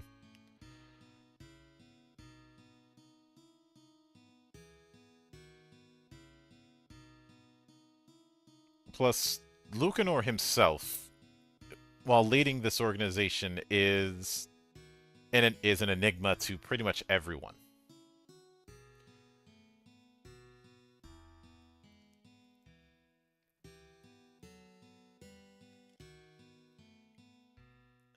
But in addition to that, like I mentioned, Lucrecio has the Great University, which is one of the biggest centers of study in all of Gaia, and is also the main base of operations for Weissenschaft.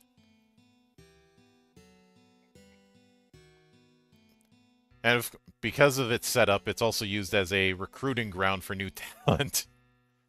I was just about to say, it's like, if I was running a secret clandestine like R&D organization, I'd also try to turn the biggest university on the planet into my recruiting ground. Mm-hmm. But some of their agents undergo a thing called the process, which involves them ingesting, and not just ingesting, but substituting their blood for this black fluid. Which, when this is done, it gives them incredible spiritual and physical abilities, but the experiment is unstable. Best case scenario, you just go insane. Worst case scenario, you deform to becoming a monster. Also, your life is significantly shortened, and you need to drink that same black fluid in order to survive.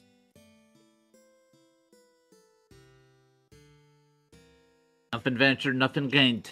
Mm-hmm. And Lucanor has tried to refine the process to make it more powerful.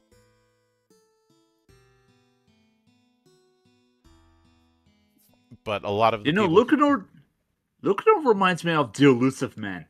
Always willing to use whatever. but a reduced version of the process is used for some of Lucanor's best agents, known as the Crows. In addition, they have a psychic crystal implanted in their left hemisphere.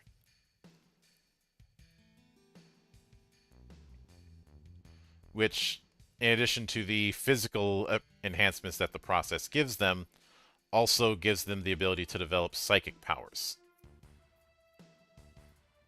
Well, we finally have our little reason why there are psychics in this setting. Well, there's a lot of reasons that There's create a psychics. lot. Because you have some characters who utilize ki, there are some characters who utilize magic, and we'll get to the wake in a couple weeks. And there are some characters who utilize psychic abilities. But another infamous organization is Selene, which is a sect of assassins that are always women. Nice. They refer to each other as sisters, even though there's no blood ties among them. And if somebody can pay, then they will make sure that the target is taken out. It doesn't matter if it's a human or a supernatural creature. Well, at least they're willing to do the job. I mean, you get paid to do something, you better make sure you get it done. Mm-hmm. Mm-hmm. Yep.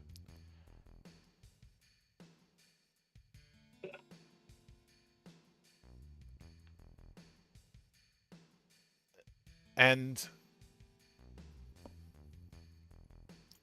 the Selene Order was formed by a group of Duxarist women, and a lot of the traditions just carried through in the centuries since.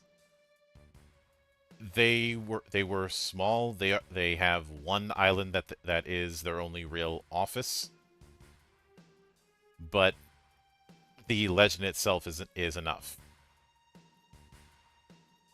I mean, do you really want to go into a very confined space that's probably crawling with assassins?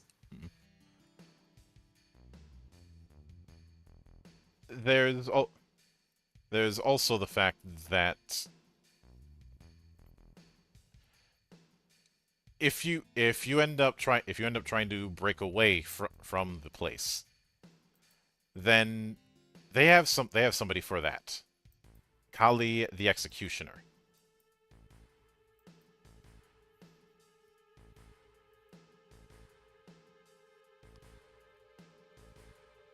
And I know that some folk are hearing that and immediately thinking of Indiana Jones. I was actually thinking Alien the Crow from Bloodborne. Oh.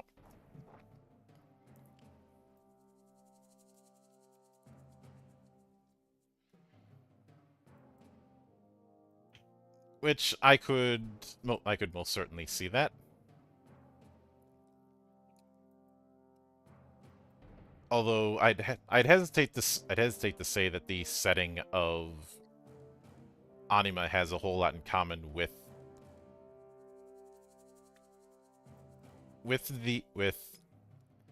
the settings of any Souls-like. Oh, indeed, but the whole Hunter of Hunters thing is effectively just like the one thing that bridges the two characters, and nothing beyond that. Yeah. Now, when it comes, I will also note that some of the other major beliefs that are within Gaia are things like Lilium, which is which is a very Fey adjacent kind of faith. It's very animistic. Hmm. The greater spirits are often referred to as the sacred trees, which are the oak, the hazel, the holly, the apple tree, the yew, the birch, the willow, and the white hawthorn.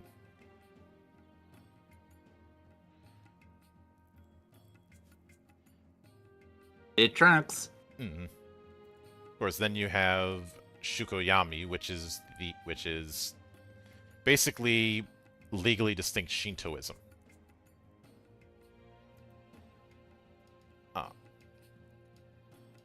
On the other hand, you have the Aitir, which is the main religion of the barren icy lands.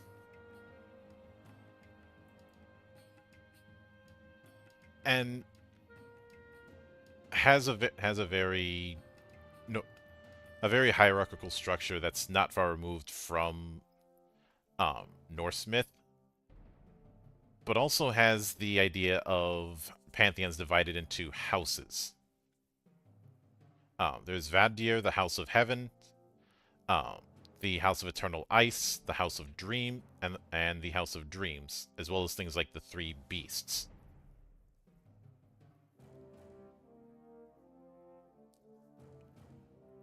And a bunch of other minor religions like the Barrows and Shahads, the Armanis, the Cult of the Ascended, the Aryan, and the Children of Judas. Those who followed Ra's doctrines, even after the War of God.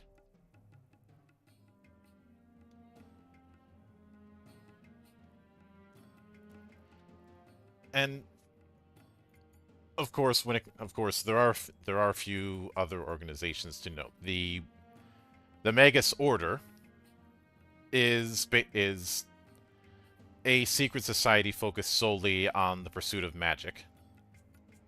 Probably the closest thing to the old wizard towers. There is also the Order of Yedwa, which let me grab the note that I had there. It is an order that proclaims supremacy of those who have supernatural powers. Basically, they want mages to rule supreme. So, an extreme version of the Magus Order.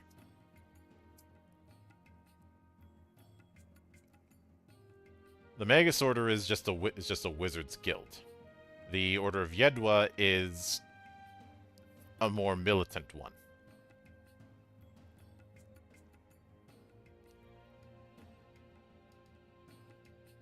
And even above all that, there is organizations like the Consortium, which is all about maintaining economic balance before the influence of supernatural elements. In other words, they're the ones who try and make sure that you can't just summon materials to make coins or pull a Balthazar Gelt and cast economic recession. Dang. Man, I don't like these guys. Yeah. Oh, yeah.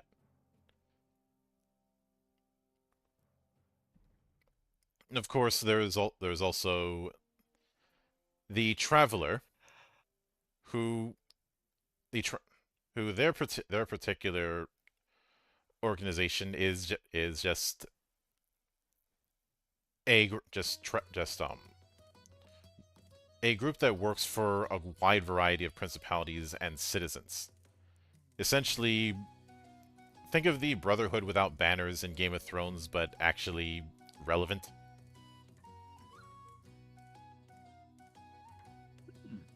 Okay. That Or I suppose another example would be Militaires Sans Frontières. oh, nice one there, monk. Mm-hmm. In other words, Outer Heaven.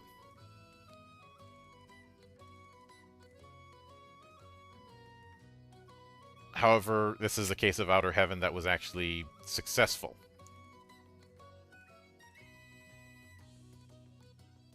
Indeed. And I mentioned that Black Sun is the first corporation, but there's ones that are close, like the Providence Company, which is far more legitimate, I suppose. As in their whole part of the market is just making high quality goods. Their stores are also the only place where you can buy firearms. And unsurprisingly, they are major competition for Black Sun. I am for some reason reminded of the Hudson Bay Company from way back.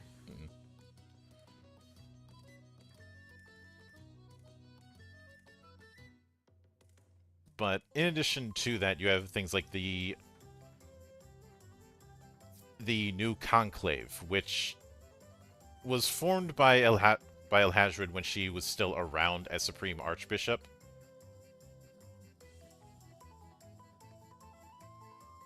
And the idea was an organization to change the world, that Gaia should undergo a fundamental transformation.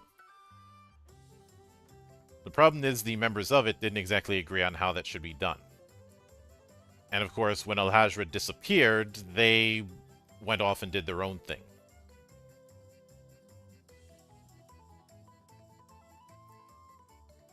Some of them may have been killed, but it is a case of they never found the body.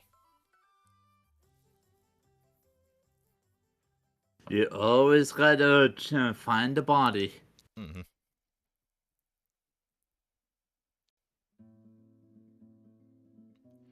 Well, you've always got to find the body, and if you don't, they may or may not have been dead to begin with.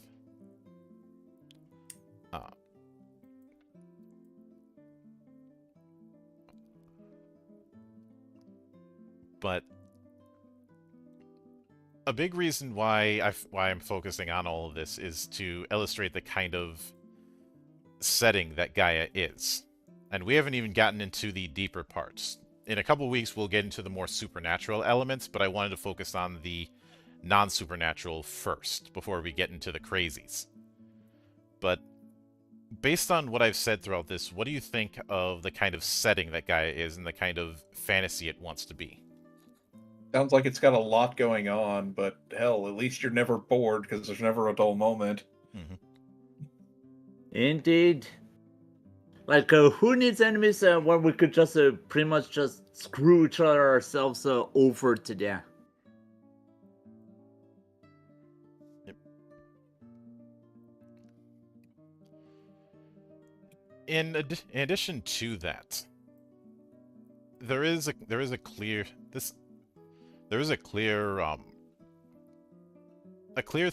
theme of factional tension, as I mentioned before. But also the fact that even within individual factions, it's not completely unified. What we have here is a protracted Cold War where one stray match could set things off and start another war. Yep. And that kind of thing calls back to something I said 2 weeks ago about how there are multiple apocalypses when it comes to anima. This just reinforces that. I know you had dipped into anima beforehand, but looking back at Gaia, what's been your take?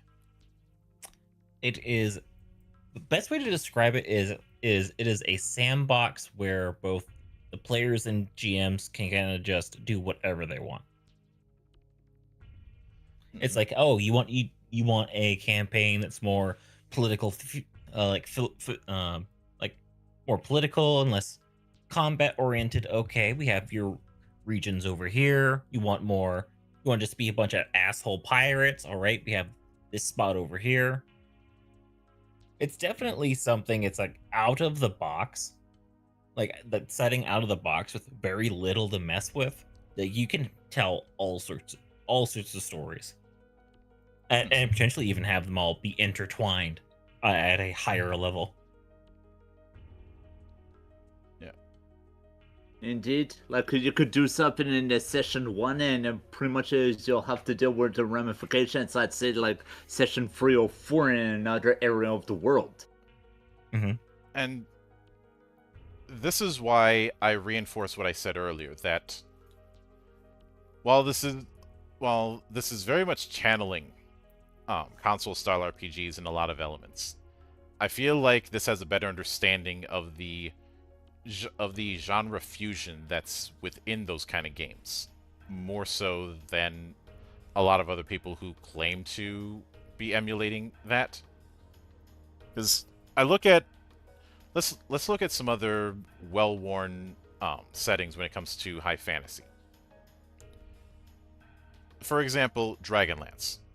Dragonlance is very much keyed towards its brand of epic adventuring, and it does that very well. But if you want to have a bigger emphasis on interpersonal relationships, it's going to struggle with that because it's not built for that. On the other hand, in something like L5R, that is very much built for the interpersonal relationships, the faction relationships and all that. But if you want to do the adventuring part, it's possible, but it's not easy. Anima, to me, is in a middle ground in terms of what Gaia is. If you want to lean more into the political side, you can do that. If you want to lean more into an adventuring side, you can do that. If you want to lean into the supernatural and even the more horror elements of it, you can do that. It really but as you mentioned, each of these can intersect with each other, and I'd say they can intersect in a way that feels significantly more natural than when D&D flirted with science fiction through Expedition to the Barrier Peaks, for instance.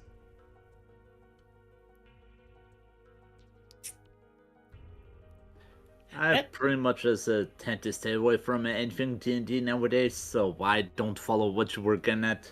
I'm being rhetorical. It's like, yeah, and the Adventurers at the Peak is like one of the first D&D adventures, isn't it? No. Oh. It was an early one, but it wasn't one of the first.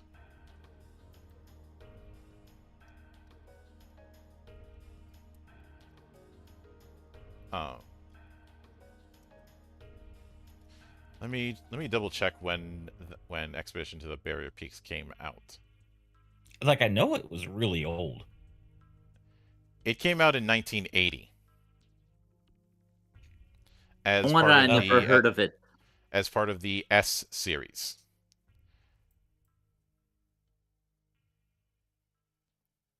The first entry in the S series was Tomb of Horrors.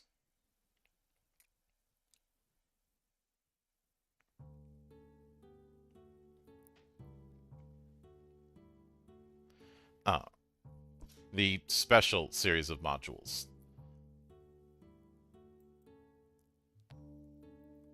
I don't remember what I think the first module proper was Palace of the Vampire Queen.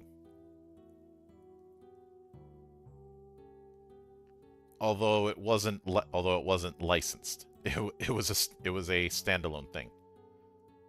Obviously the first published one was Temple of the Frog, which is part of Blackmoor.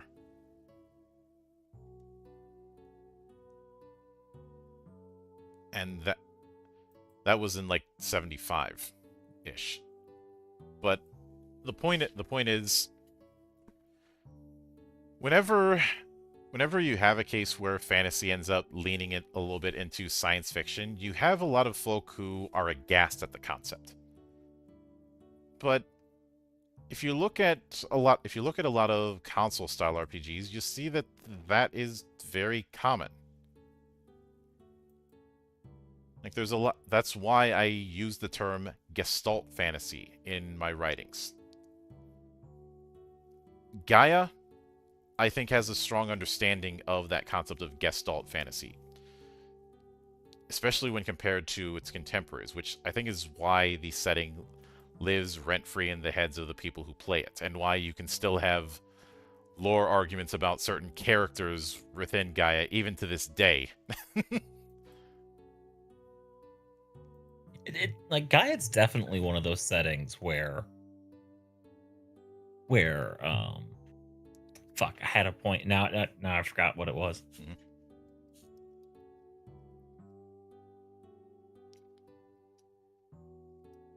Yeah, I completely lost it.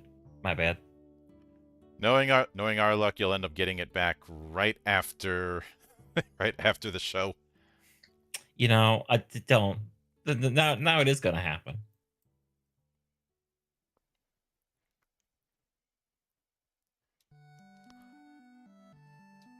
Happens every time. Mm-hmm.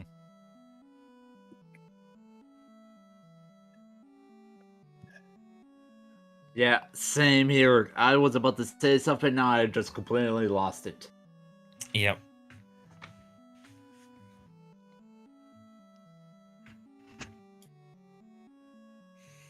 But and I will admit some of the elements that are in that crossover will end up getting into.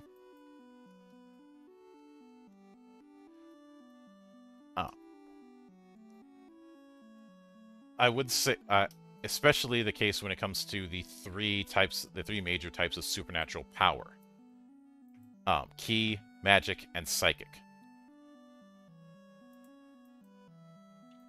The big reason I didn't get too much into those is I want to save that for the next episode. Which You could even make an episode for each one, but it's probably just better just to try to put them all in one. Yeah, especially since some of it I'd end up repeating when we get to the actual mechanics. And right now, I don't want to focus on the mechanics so much as the lore. The Lord is the very reason why all this is happening anyway. Mm-hmm. That even includes getting into the Lords of Light and Darkness, which I briefly touched on, but we will get into that more later. As well as the powers in the shadow and the concept of hell. But what hell is in Gaia is not what you think. It's also not a town in Michigan. I mean, like hell is pretty cold. I ain't touching that one. Nope, that one's too easy. Yeah, but we will get into that, and I'll certainly have some things to say when we get to the RPG side of things. But that will do it for this particular episode of Reflections of Gaia. The next episode, which we will be doing in about 2 weeks, we'll be covering the world of the supernatural. So this includes the Wake, and oh boy, when we get to the Wake, as well as the three powers in the shadow, which we hinted at, and, as mentioned before, hell. After that, then we'll start delving into the TTRPG. And beyond that, delve into the side games. But It says a lot to how one center can spawn multiple different mediums. mm-hmm. I did look into their war game, and their war game's actually pretty interesting. But Yeah. I will save that for that dedicated episode. Mm-hmm. Now that being said, next week will be the return of Fated Continuum, as we look into converting Final Fantasy X and X-2 into Legend Edition. Now, why are we doing both in one go? Well, they're both in Spira, so why not? And also, I didn't think X-2 would have enough meat on the bones to sustain an episode just by itself, because I certainly didn't do that for the After Years. So that's some things to keep an eye out for the future. But until then, on behalf of the good brothers present and not present, my name is Mildra. I am your gaming monk. Stay fucking frosty, everybody. See you on the trail.